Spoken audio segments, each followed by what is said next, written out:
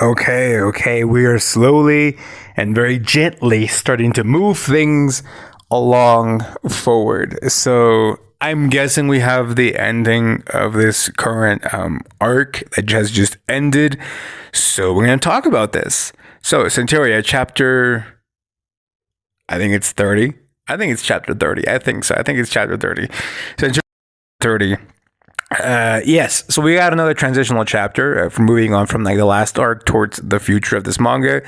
And let's talk about it. So first off, we continue where we left off, kind of with the with one of the Black Knights and this Elstree basically plotting with Arcos's sister and some other people to just look for Julian. Some of the sorceresses, they decide to join the cause and just kind of move forward now, and they just decide to go along with this plan. Elstree states that they can't have anyone associated with the king taking part in this, because obviously that would be very bad news, because the king specifically asked for one thing not to happen. But she's like, I don't care.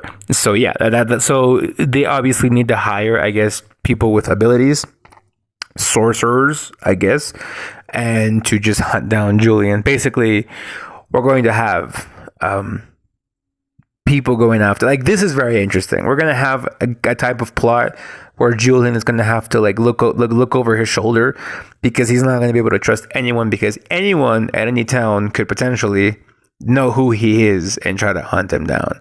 So I like that idea. I really like that idea, and that's going to happen. And so that's the whole situation with that. Now, one thing that I do find interesting is that Elstree mentioned, she said, are there any people with abilities, with like these gifts, with these powers? And they stated that no. So again, it's not a lot of info, but it does add a little bit more of information of there are people that have these abilities, but they are not known. Like, they have not made themselves known. Obviously, maybe because potentially there's like a war going on. So I imagine if you have these abilities, you are sent to war to like fight the war because you have these special powers. But she does mention that there are other people who have these powers. How these powers work is something that I'm so interested in. Like, where do these powers come from? But yeah, she does mention that there are other, people with these abilities that are not known. So this could potentially mean that there are people who are capable of performing these feats, these types of abilities, but they're kind of regular ass people.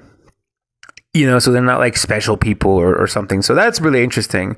And I hope we get to explore that aspect of these people and where they get their powers from. Because, again, if it's just like magic, it's fine. But I feel like it's not magic. I feel like they're kind of born with these powers, or they acquire these abilities. So that would be something very interesting, something that I'm very interested in learning more about.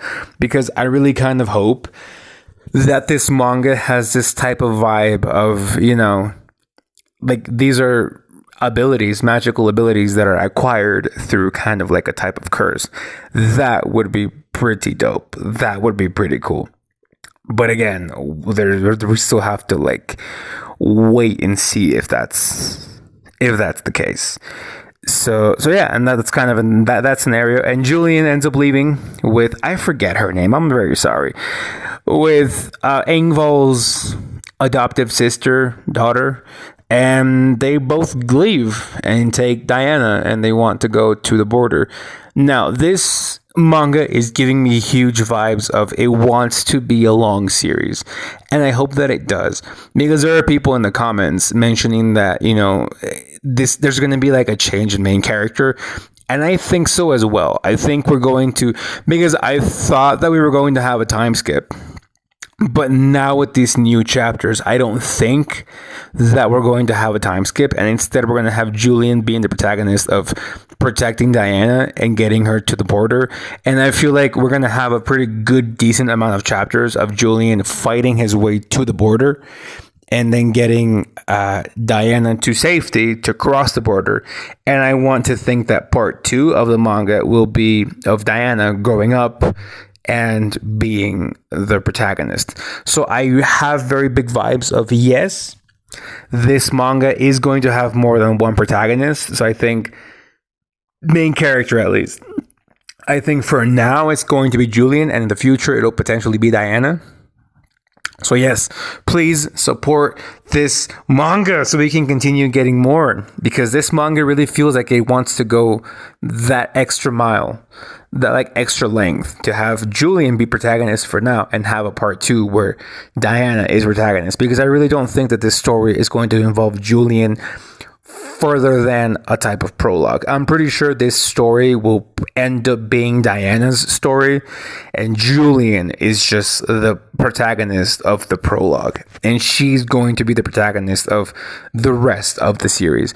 It gives me big Berserk vibes, but in terms of like how the author wants to take it, I feel like it might be like Vinland Saga. Now, I have not read Vinland Saga. I have not watched the Vinland Saga, but people have mentioned that Vinland Saga's story basically kind of starts where, Thorfinn is like a slave or something like that. But there is like a good chunk of the story where Thorfinn is young, and it's kind of like a prologue. That's what it feels like, and that's what people have said. And that's kind of like what I know. If I'm incorrect, please correct me. But yeah, it's giving me huge vibes of Julian is going to be a protagonist of a prologue type story, while Diana will be the protagonist, main character of like the main plot. So yeah. And so that's kind of like what I think is going to happen. And yeah, man. And that's basically the entire chapter. That's basically the entire chapter. I like the fact that Julian and this one girl are just both together and have a resolve to make Engvall's dream come true and to protect Diana.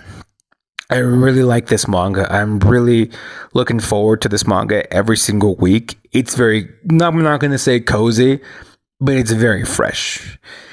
It's very fresh from all the Exorcist battle shonen manga that we've been having.